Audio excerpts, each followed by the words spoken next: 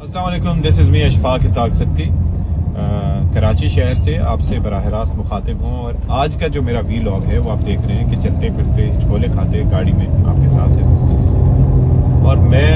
آپ یقین کیجئے کہ میں بہت پریشان ہوتا ہوں کچھ چیزیں دیکھ کے۔ گزشتہ کچھ عرصے میں آپ نے دیکھا ہوگا کہ ملک کی معیشت تباہی کے دہانے پہ تباہ حال ہے، لوگ پریشان ہیں، دینے کے لیے پیسے نہیں ہیں ہمارے پاس۔ جو ایک بجائے اس کے کہ اس پہ بات ہو کہ معیشت کو کیسے آگے لے جایا جائے، بجائے اس کے کہ اس پہ بات ہو کہ شارٹ ٹرم ہمارے پاس میجرز کیا ہونے چاہیے، لانگ ٹرم میجرز کیا ہونے چاہیے، کیسے ہماری جو ہے وہ ایک ٹریڈ ڈریون اکانومی ہونی چاہیے،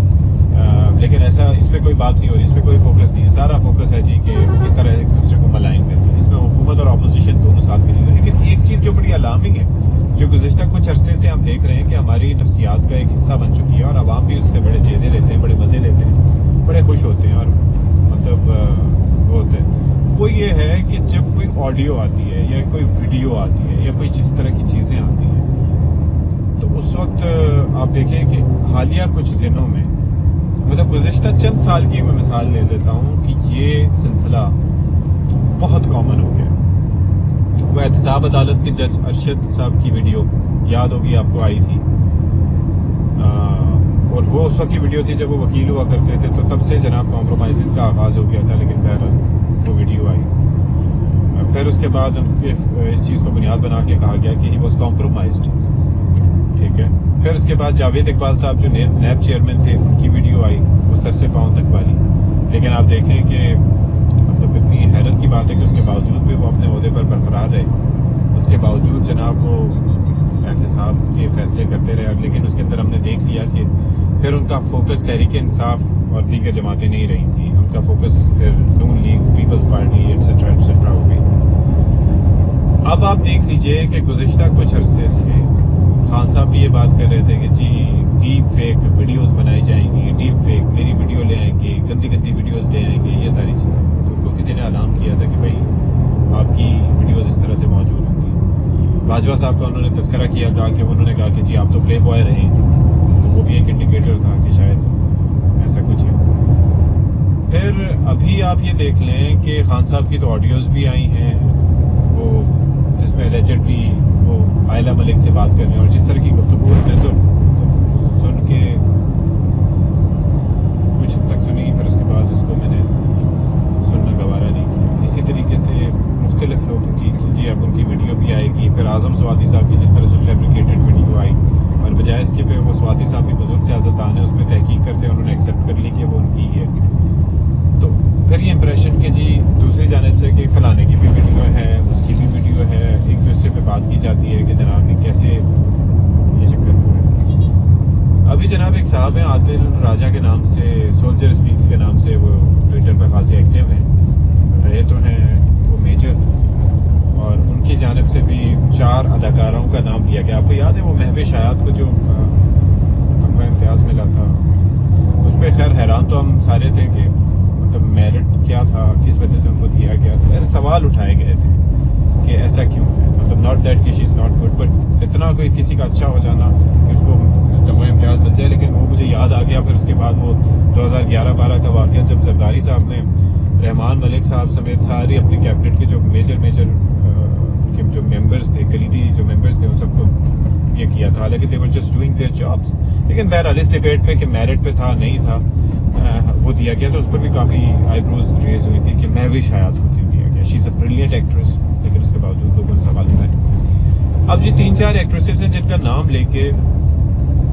ملائن کیا جا رہا ہے ان کو۔ کبرا خان ان کا نام ہے، she is a wonderful actress. سجل علی، انہوں نے بھی اپنا کریئر بڑا شاندار ہے، she is a wonderful actress. Mahira Khan, we all love and adore Mahira Khan, اور اس کے ساتھ ساتھ مہوش حیات کا نام لیا گیا صاحب کی جانب سے کہ جی ایسی ویڈیوز موجود ہیں، اور پھر باجوہ صاحب کا نام لیا اور کہا کہ جی ان کی ویڈیوز جو ہیں وہ فیض صاحب کے پاس موجود ہیں۔ میرا سوال یہ ہے کہ یار ہم کتنے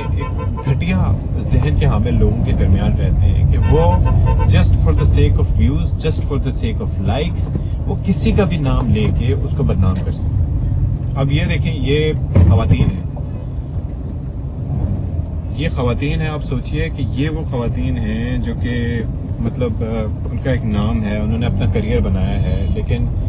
آپ نے بس ان کا نام لے کے سوشل میڈیا پر بغیر تحقیق کیے, بغیر سوچے سمجھے, آپ نام کے انیشلز بتا کے کہہ رہے ہیں کہ جی یہ خواتین ہیں. آپ نے سوچا نہیں کہ ان کے لیے ایموشنلی یہ کتنا اسٹریسفل ہوگا, ان کو آپ نے اس طرح سے بدنام کر دیا and you get away with that. مطلب کتنا آسان ہے کہ سوشل میڈیا پہ آپ کسی کو بھی بدنام کر دیں, کتنا آسان ہے کہ کسی کے اوپر بھی کوئی بھی الزام لگا دیں, کتنا آسان ہے کہ ایک بندہ صفائیاں دیتے دیتے مر جائے, بارے ثبوت اس کے اوپر ہو. بھائی آپ کے پاس ان گھٹیا حرکتوں کا کوئی باتوں کا ثبوت ہے تو ثبوت لے کے instead of just name shaming some one. مطلب یہ میں حیران ہوتا ہوں ان لوگوں کی باتوں کو سن کے. گھٹیا پنا, گالیاں, مغلظات, یہ بہت کامن ہو گیا شاید ٹویٹر پر, اس لیے کہ اس کے اوپر کسی کو ٹریس کرنا مشکل ہوتا ہے. ہو نا ان کے خلاف کارروائی تو ان کو لگ پتہ جائے کہ بھائی یہ کس بنیاد پر,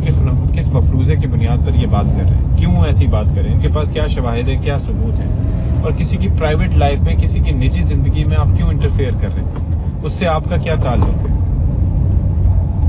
ٹھیک ہے اگر کوئی حکمرانی کر رہا ہے تو اس کے لیے, اور دوسروں کو کہہ رہا ہے کہ میرے مورل سٹینڈرڈز ہائی ہیں, تو اس کے اوپر آپ بات کر سکتے ہیں کہ جی یہ شخص کیا حکمرانی کے لائق ہے یا نہیں ہے. لیکن خواتین پہ اس طرح کے بودے گھٹیا الزام لگانا, کہ میرے غصے سے میرا حال برا تھا جب میں نے وہ گفتگو سنی, اور اس کے بعد وہ آپ یہ دیکھ رہے ہیں کہ مہوش حیات کی جانب سے ٹویٹ کیا گیا, سجل علی کی جانب سے کیا گیا تھا, کبرا خان کی جانب سے کیا گیا تھا. آئی مین لائک جسٹ امیجن کہ آپ نے بس جو کہنا تھا کہہ دیا, آپ نے یہ نہیں سوچا کہ وہ لڑکیاں ہیں, ان کی زندگیاں ہیں, they are very successful women. تو آپ کیا ان سے ڈرتے ہیں, ان سے گھبراتے ہیں کہ ان کی سکسیس آپ کو ہضم نہیں ہو رہی, تو آپ نے سوچا کہ چلو جی میں ان کا نام لے کے رگڑ دیتا ہوں تو پھر کیا فرق پڑ جائے گا. Because in Pakistan we get away with everything. یہاں پر کوئی پوچھنے والا نہیں ہے. یہاں پر آپ زیادہ سے زیادہ کیا ہوگا, معافی مانگ لیں گے. اگر حتک عزت کا کوئی دعویٰ کرے گا تو پھر زیادہ سے زیادہ یہ ہوگا غیر مشروط معافی مانگ لیں گے. ہمارے یہاں یہی ہوتا ہے کہ غیر مشروط معافی مانگے اور سارا چکر ختم ہو جائے. ذرا سوچئے نا, میں اپنے ویورز کو یہ بتانا چاہوں گا کہ کبھی آپ نے دیکھا ہے کہ حتک عزت کے دعوے میں کسی کو یہاں پر پاکستان میں پیسے ملے ہوں, لنڈن میں, امریکہ میں, وہاں پر آپ سو کرتے ہیں کسی کو کسی بھی وجہ سے ڈیفیمیشن پہ, تو وہاں پر اچھی خاصی ان کو رقم ملتی ہے, ان کو اچھی خاصی رقم دینی پڑتی ہے. اس لیے لوگ بولتے ہوئے سوچتے ہیں. یہاں پر کیوں نہیں سوچتے, کیونکہ پتہ ہے جی کیا ہو جانا ہے ہمارا. تو بابر اعوان صاحب نے ایک دفعہ صحیح کہا تھا کہ جی نوٹس ملیا ککھ نہ ہلیا جی. تو یہی مینٹیلٹی ہمارے لوگوں کی ہے. تو I think it needs to be investigated, اور جن صاحب نے یہ بات کی ہے